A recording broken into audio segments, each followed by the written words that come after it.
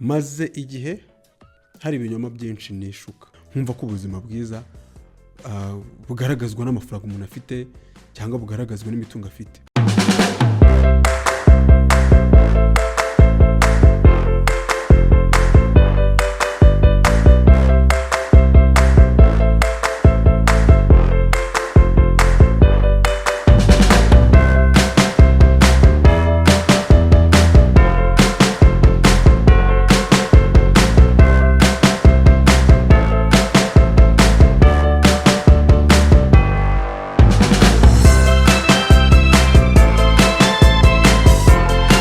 Urakaza nanone mu nzira nziza podcast. Ni Duncan Master. Urakoze kuba ugarutse kumva ikiganiro cy'inzira nziza. Njyewe uyu mwanya nanone ugiye kubingira akamaro kuri njye, kuri wowe, kuko hari ibintu byinshi tugiye gufatanya kuganira nanone. Maze igihe hari ibinyoma byinshi nishuka. Hari n'abandi bantu nawe ahuri, hari ibintu runaka wishuka ariko utazi neza kuba wishuka. Nanjye narebye nsanga hari ibintu maze igihe kinini nishuka. Kandi hari abantu benshi tuba dusangiye ibyo bishuko. Hakaba nta muntu waje kugushuka, wowe ubwawe ukibera igishuko. Wowe ukibera umwanzi, amajyambere yawe ndetse n'ubuzima bwawe ukabuzanamo akavuyo, kandi mu by'ukuri ubuzima bwari ubwacu twebwe tuba tugomba kubutunganya kugira ngo tubashe kubaho nyine twibereye umusaruro, aho kubaho twibereye imbogamizi. Rero namaze igihe kinini nishuka ibi binyoma mbyibwira buri munsi, nyine bikavaho kubangama kw'amajyambere yanjye. Ndetse nawe bishobora kuba bikubaho. Reka tuganire wumve niba wabikoraga from today uhita uhagarika kwishuka ibinyoma cyangwa ibishuko biteye bityo. Ni byinshi twishuka, ariko njye nabasha gukora urutonde rw'ibinyoma bikeya nagiye nishuka. Nawe ushobora kuba wishuka uyu munsi, ariko bishobora kudufasha nyine kubihagarika. Ikinyoma gikomeye nasanze abantu dukunda kwishuka ko dufite igihe gihagije. Ukaba hari gahunda wari ufite, hari ibintu ushaka gukora, ariko ukavuga ngo okay, reka ndeke kubikora uyu munsi, maybe ndibuze kubikora ejo. Ukumva ko ufite umwanya uhagije wo kuza gukora ibintu wagomba gukora uyu munsi. Mu by'ukuri igihe kirihuta cyane kurusha uko bitekereza. Ibintu utabasha gukora uyu mwanya ngo ubashe kubikemura birangire, ukabasha kubishyira kuri schedule kuzabikora ikindi gihe, icyo gihe kigera hari ibindi byinshi ufite byo gukora byinshi. Rero kuguma kumva ufite umwanya wo gutekereza ko ibyo udakoze uyu mwanya uzabikora ejo, ni ikinyoma gikomeye ubura kwishuka. Kwibwira ko ufite igihe. Nta gihe dufite, nta gihe ufite. Kuko akenshi iyo uvuze ko ufite igihe cyo gukora ibintu, haba igihe ugiye kubikora ugasanga imbaraga wari ugomba kubikora ni imbaraga wari ufite zahindutse, mood yahindutse, ibyo wagomba gukora byahindutse, n'ibindi bibazo bikiyongeramo, ugasanga mu by'ukuri urukubiye inyuma y'abandi ntambwe nyinshi. Kandi ubuzima tuba tugomba kububamo byibura dufite intambwe eshatu imbere y'abandi, cyangwa intambwe runaka turusha abandi. Rero kuguma kwibwira ko ufite igihe ni ikinyoma gikomeye ubura kwishuka. Nta gihe tuba dufite, nta gihe ufite. Ubuzima ni bugufi cyane. Niyo mpamvu tuba tugomba kuba proactive mu bintu byose dukora, tukareka kwibwira ko dufite umwanya uhagije. Ikindi kinyoma nakunze kwibwira cyane, nk'igihe nabaga mpuye n'ikigeragezo, wenda nkisanga naguye hasi, natsinzwe, ngatekereza ko gutsindwa ari iherezo ry'ubuzima runaka, cyangwa ry'ubuzima bwanjye, cyangwa ntangiye kubaho nabi kubera ko hari natsinzwe, cyangwa na fallen down, nahombye, cyangwa nahuye n'ikibazo runaka kinkubita hasi. Icyo nasanze ari ikinyoma gikomeye. Ahubwo nasanze gutsindwa rimwe na rimwe ari amahirwe akomeye yo kumfasha kugira ibindi bintu bishya niga, ndetse no kwegeranya ubushobozi bwanjye. Gutsindwa igihe cyose ntabwo bivuze ko ntacyo uri cyo, ntabwo bivuze ko hari ubuzima runaka bubaye bubi, ntabwo bivuze ko hazaza hawe hangiritse. Haba igihe dutsinzwe ahubwo kugira ngo dufate imbaraga nyinshi zo kuba abo turi bo, ndetse no gusobanukirwa ubushobozi bwacu. Rero akenshi gutsindwa igihe cyose ntukajye ubifata nk'igihombo. Akenshi biza ari amahirwe yo kugira ngo wirebe neza, wisobanukirwe, ubashe kongera kwegeranya imbaraga zawe n'ubushobozi bwawe. Rero ntabwo iyo mpuye iyo mpuye n'ikintu cy'ikigeragezo kikankubita hasi nk'ikibazo wenda nabigizemo uruhare ari amakosa yanjye yatumye ngo hasi cyangwa ari imiterere y'isi muri rusange, ntabwo numva ko ari iherezo ry'ubuzima, ahubwo numva ko ubuzima bumpaye andi mahirwe yo kwiga ibindi bintu bishya, no kugira ibyo mpindura mu mibereho yanjye isanzwe. Ikindi nanone, ikindi kinyoma nakunze kwishuka cyangwa ushobora kuba wishuka, kumva ko kubaho neza, ubuzima bwiza bukeneye ibintu byinshi, ukumva ko kugira ubayeho neza ari uko ufite imodoka, ari uko ufite amafaranga menshi, ari uko ufite inzu nziza, ari ukuba uri kumwe n'uriya muntu wifuza. No, ntabwo ari byo, nasanze atari byo. Ubuzima bwiza buturuka mu mutima w'umuntu no mu ntekerezo z'umuntu. Ntabwo ubuzima bwiza umuntu abuterwa no kuba hari ibintu biri mu mufuka we, hari amafaranga ari mu mufuka we, kuko hari ingero nyinshi namaze kubona umuntu afite amafaranga ariko ukabona icyo ayo mafaranga amufasha ni ukwangirika. Ugasanga umuntu afite amahirwe y'ama-opportunity runaka, hari ibintu runaka aronka cyangwa yaronse, ariko ugasanga ikintu kinini bisapotinga uwo muntu bimufasha kwangirika. Amafaranga abona amufasha kwangirika. Imibereho ye ibyacamo buri munsi wowe wakwita nk'amahirwe bimufasha kuba undi muntu mubi. Rero ntabwo igihe cyose icyo kinyoma nakundaga kwibwira nkumva ko nimba mfite amafaranga, kugira amafaranga aribyo bizampa ishusho yo kubaho neza. Oya, kubaho neza biterwa n'umutima witeguriye kubaho, biterwa n'umutima urimo kunyurwa, biterwa n'ubuzima nyine bufite intego ndetse n'ibitekerezo bitunganye. Ntabwo umuntu ushobora kuba ufite ubayeho mu buzima buciriritse. Urabizi ubuzima buduha ibyiciro, hari icyiciro cya mbere, icya kabiri, icya gatatu, nk'uko abanyarwanda twese tubizi. Ariko ntabwo kuba umuntu ari uwo, hari ibyo ushobora kurebesha amaso ukavuga uyu muntu abuze ibi, ariko abantu dukunda kwishuka ko ibyo turebesheje amaso ari byo bitanga igisobanuro cyiza cy'ubuzima bwiza bw'umuntu, ari byo kubaho neza. Ushobora kubaho mu buzima buciriritse ariko ukabaho neza, bitewe n'uko nyine wabashije gutunganya intekerezo zawe, bitewe n'uko wabayeho nyine ufite n'agaciro nziza, uzi kunyurwa, uzi kwitaho, uzi kubana neza n'abandi, nyine uzi kubaho utabeshya umutima wawe. Rero icyo kinyoma nakunze kukishuka, nkumva ko ubuzima bwiza bugaragazwa n'amafaranga umuntu afite cyangwa bugaragazwa n'imitungo afite. Oya, ubuzima bwiza nasanze ahubwo ari uko umuntu ari kwiyumva, ari uko umuntu atekereza, ukuntu umuntu abona ibintu, ukuntu amerewe muri we, bitandukanye n'ibyo umuntu afite mu mufuka cyangwa afite harayaguze. So niba nawe wishukaga icyo kinyoma, ni byiza kuhagarika. Ubuzima bwiza ntabwo bushingiye ku byo umuntu afite. Ikindi kinyoma nakundaga kwishuka,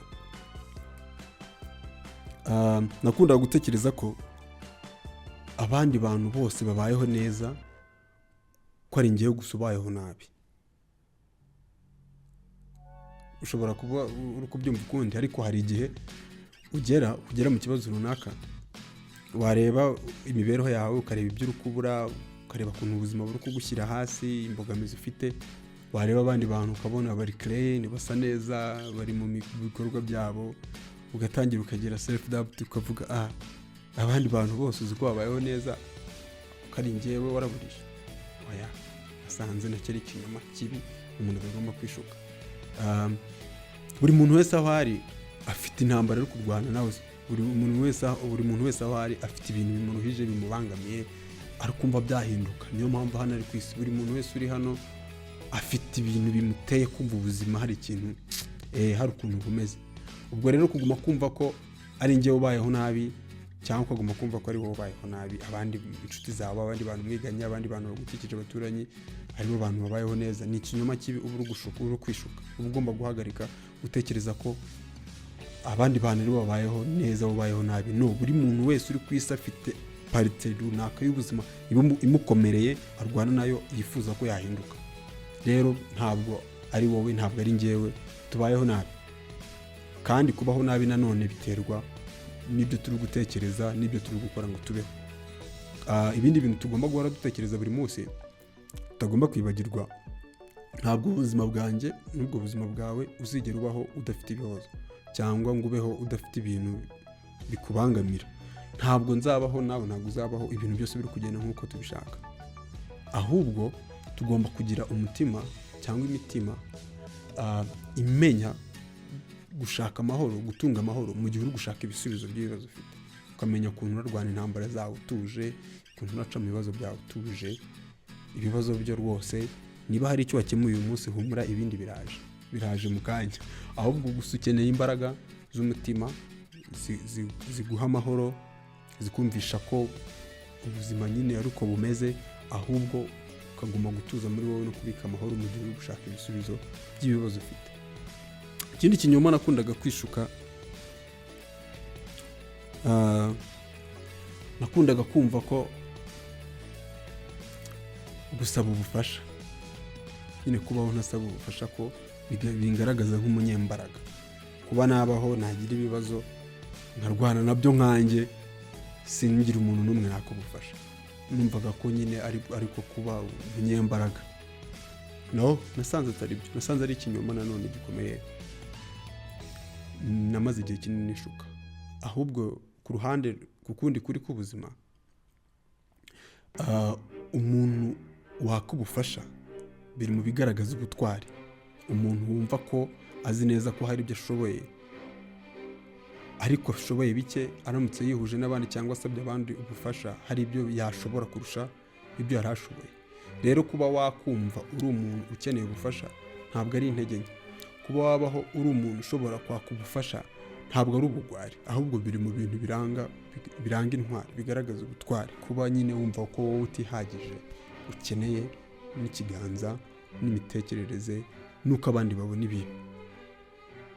Rero ntabwo dukwiriye kuguma kwishuka dutekereza ko kubaho urwana n'ibintu, isi tuyiyeho kugira dufashanye, ubeho nanjye mbeho, duhuze. Kumva rero nabaho nta muntu ndi kwaka ubufasha, kumva ko ngewe ndi giant, ndi munini cyane, ndi buze kwikorera ibintu byose, ni ikinyoma gikomeye. Uba uri kwishuka wowe ubwawe kandi gishobora kukugeza habi. Nanone ikindi kinyoma namaze igihe kinini nishuka ndetse kikambera n'imbogamizi ku majyambere yanjye nkanjye, gushaka kumva ko ngomba kuba perfect, kumva ko cyangwa kuba perfect, ibintu byanjye ngomba kubikora perfectly, bikaba ari ibintu nyine bitunganye, nkumva ko ngomba gukora ibintu bitunganye. Niba wishukaga iki kinyoma, kumva ko ibintu byose uzajya ubikora ukabitunganya neza, bikagenda neza nk'uko ubitekereza, nk'uko ubishaka, ni ikinyoma gikomeye uri kwishuka. Ntabwo uri perfect, kandi perfection ntabwo ibaho, does not exist. Nuzabona umuntu akubwira ngo ndi perfect, ngo ngewe ibintu byose ngo mbikora neza, ngo nshaka gukora ibintu byose neza, yego kugira ubwo bushake bwo kunoza ibintu, kunoza service ndetse n'imibereho yawe si bibi, ariko ugahora utekereza ko nyine uri igice mu buryo runaka, ntabwo wuzuye. No one is full ku buryo wumva ngo wuzuye, ngo ibintu byose ngo urabikora perfect, in perfect way. Oya, ugomba, icyo ni ikinyoma nyine ugomba guhagarika kwibwira. You are not perfect. N'abantu bose ubona nk'abamodo, abarole model, ufite ibyo wigana cyangwa ushaka kugukopera uko babaho, bara bose bafite icyumba gifunze batagufungurira cy'intege zabonye, cy'ibyo badafite. Rero uwo kumva ko ugiye kuba perfect, uraba perfect, uraba intungane, ni urugendo wishyizemo rw'igihe kirekire utazasoza, kandi uzajya ukuramo ibikomere, kuko igihe cyose uzahora wikomparinga n'undi muntu utari we. Ahubwo ibyiza nuko dushobora kuba twamenya intege zacu nke, tukamenya ko tutari intungane, tukamenya ko hari ibyo tudashoboye. Iyo wamaze kumenya ko hari ibyo udashoboye, bifungura nyine izindi mbaraga muri wowe zo kumva ko hari ukeneye kwiga, hari n'ubundi bushobozi ukeneye buturuka ku bandi, ukeneye kubana neza n'abandi kugira mwuzuzanye. Ibyo bafite babiguhe, nawe ibyo ufite ubibahe, habeho ubwo buzima nyine bwo guhuza. Niba ndi igice kimwe nawe uri ikindi gice, hakazamo completement nyine kuzuzanya. Ikindi kinyoma gikomeye ushobora kuba wishuka, ko nanjye nagiye nkishuka kenshi, kumva ko kwishuka ko mfite ubushobozi bwo kuba nahindura umuntu, kumva ko nahindura umuntu. Abongiye gukundana n'umuntu cyangwa umuntu turi gukundana, nzamuhindura atekereze gutya cyangwa yitware gutya kuko mbona yitwara gutya. Icyo ni ikinyoma gikomeye. Nta muntu n'umwe ufite ubushobozi bwo guhindura mugenzi we ngabe uko yatekereza. Kandi dukunda gutakaza igihe kinini twibwira ko ibyo bintu bishoboka ku bantu bacu, ku nshuti zacu, kumva ko hari icyo wakora umuntu agahinduka uko yari ameze, agahinduka akaba undi muntu. Igishoboka ni kimwe, ushobora kumwunganira ukajya utuma wenda hari ibyo yibuka akabizirikana, mbese wenda akagira imikorere yindi agira atarasanzwe agira, ariko ntabwo ushobora guhindura umuntu uwo ari we.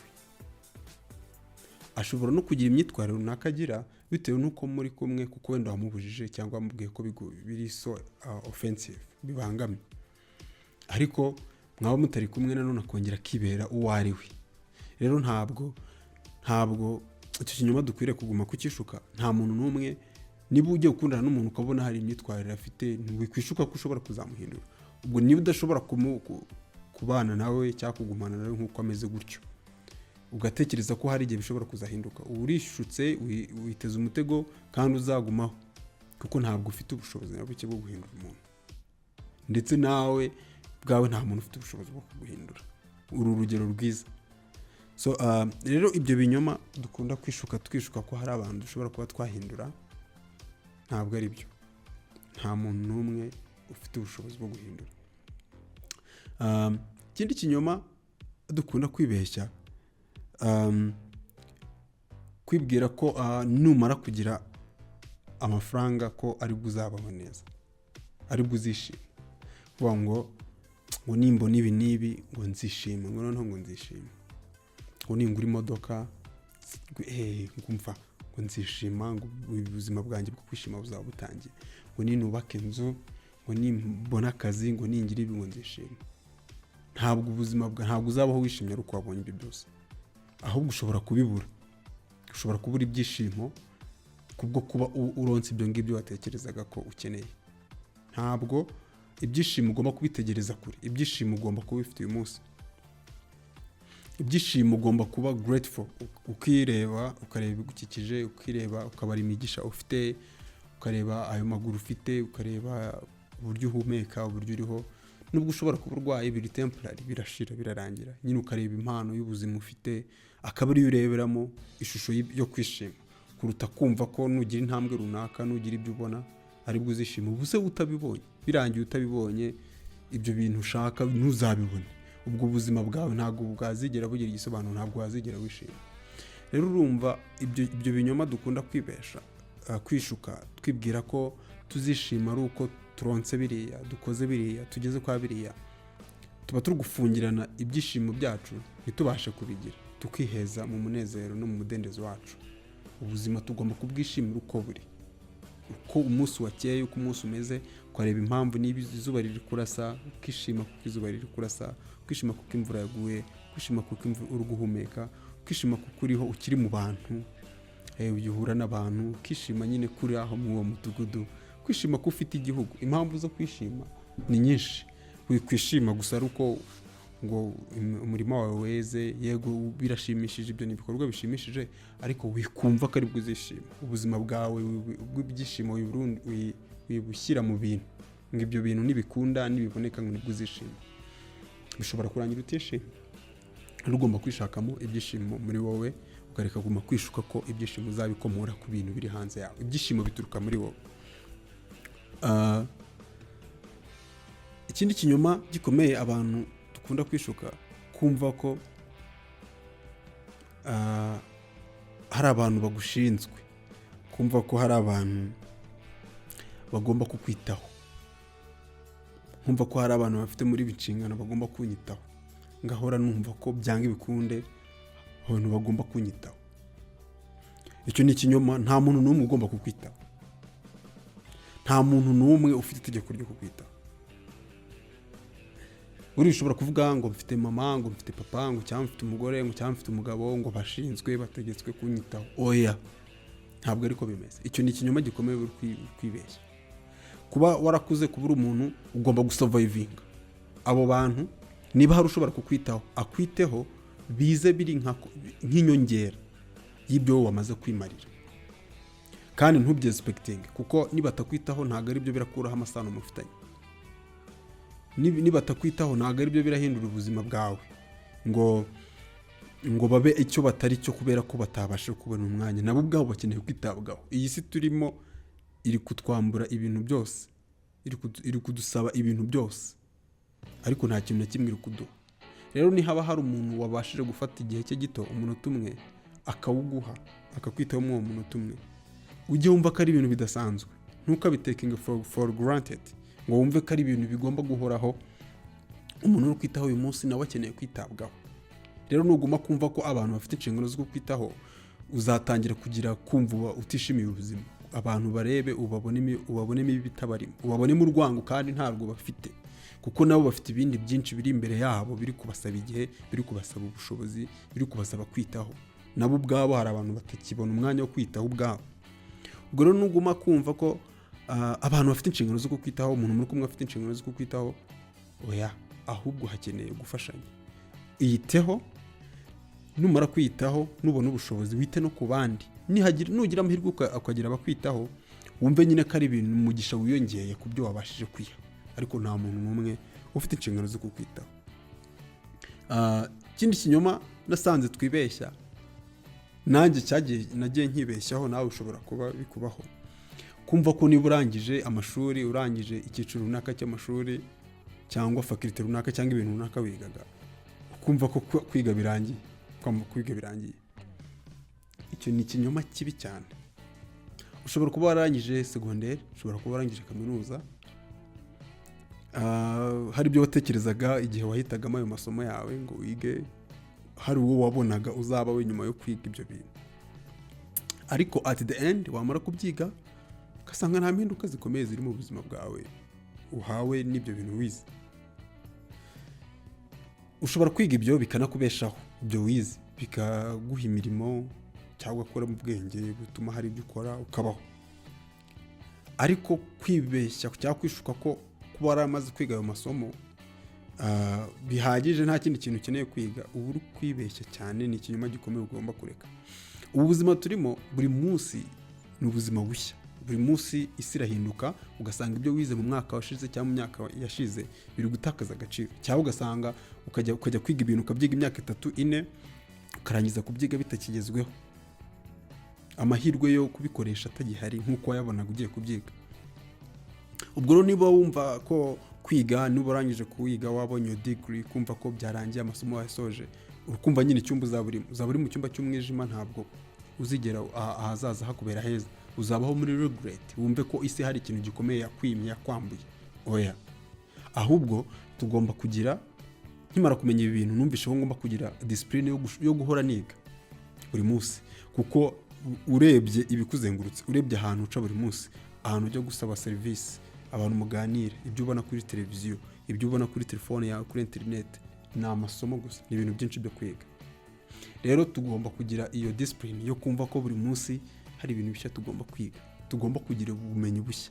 Rero icyo kinyoma umuntu kumva ko hari ibintu runaka yize, nubwo waba uri umudogiteri, nubwo waba urinde, uwo uri we wese, isi ihora iguha amasomo y'ibintu bishya byo kwiga, iguha skills zo kumenya ibintu byinshi byo kwinjizamo, kugira ubashe kuguma kuba umuntu muzima, ubashe kwidevelopa, ku buryo n'umuryango umwe uramutse ufunze w'ibyo wenda byari bigutunze bikubeshejeho, ku buryo wagira n'akandi karyango ucamo, ubuzima bugakomeza. Isi ntikujugunye kuko wenda umuryango wacagamo washakiraga ubuzima, umwe washakiraga ubuzima hafunze, ntibibe nyine bisobanuye ko ubuzima bwawe bufunze. Rero hari byinshi tuguma kwishuka mu buzima bwacu bwa buri munsi. Ibyo ngibyo nibyo nabashije gutekereza ko twaganiraho uyu munsi, twasangira. Dukwiriye kwibaza impamvu dukwiriye buri gihe kwibwiza ukuri, kuko njyewe mwarimu mwiza w'ubuzima bwanjye, nanjye muyobozi mwiza w'ubuzima bwanjye, kuko ahantu niyoboye biragoye cyane ko hari umuntu ushobora kuza kuhankura, ariko ahantu umuntu anyoboye ashobora kuhanyobora ndi kugenda mfite curious, amatsiko, then nkaza kuva aho hantu umuntu yanjyanye byoroshye. Ariko ahantu nijyanye njyewe nkufata igihe cyanjye nkiyobora aho hantu, biragoye ko hari undi muntu wahankura, nanjye biragoye ko nshobora kuba nahikura. Ariko iyo namaze gufata umwanzuro biroroha, nyine ahantu nayobeye ari njye hwijyanye nshobora kwikurayo. Gusa tugomba nyine kwibwiza ukuri mu buzima bwa buri munsi, tugomba kumva ko ibyo bintu byose tuganiyeho nta mpamvu yo kwibeshya, tugomba kwibwiza ukuri, ukicara ukireba mu ndorerwamo, ukiganirizaho ubwawe, ukamenya ukuri ugomba kwibwiza isi itakubwira. Hari n'ibintu isi igira ukuri itubwira twebwe, ikabitubwira yabigize ukuri, ariko wasesengura mu mibereho yawe, mu buzima bwawe, ugasanga atari ukuri, ukadigestinga, ukuza ku by'isi iri kukwigisha, isi iri kukubwira, kugira ubashe kwibona ahantu uherereye, kugira ubashe kwibona ubushobozi bwawe wuriwe, kugira ngo ubashe kubaho mu buzima butari clouded, budafite igihu cyinshi kiri imbere ku maso hawe. Rero thank you for tuning up. Ngushishikariza gukora subscribe aho hasi, kandi ukagira n'ikintu wandika, ukagira ikintu uvuga ku byo tuba twasangiye, ku mwanya mba nafashe kugira tugire ibintu tuganira. Rero gira ubuzima bwiza, guje kwibwiza ukuri, guje gukorana umurava, ndetse no kumva ko ari wowe mbarutso, ari wowe muryango ugomba kwisohora mu mwijima. Abandi bantu bashobora kuza kugufasha, ariko nta muntu utegetswe, ahubwo tugomba kumva ko tugomba kuba abantu bo gufasha abandi, aho gutekereza ko tugomba gufashwa buri gihe. Gusa gufashwa si ubugwari, kumva washaka gufashwa ntabwo ari ubugwari, ariko niba dufashijwe bibayeho, ariko ntitwumve ko ari ibintu bigomba kuguhoraho. Tugomba gufashwa natwe tugafasha, niko isi yubatse. Rero urakoze, inzira nziza nakagaruka, tugume tuganire, tugume dusangire ibitekerezo byiza kandi byubaka. Naho butaha, cheers.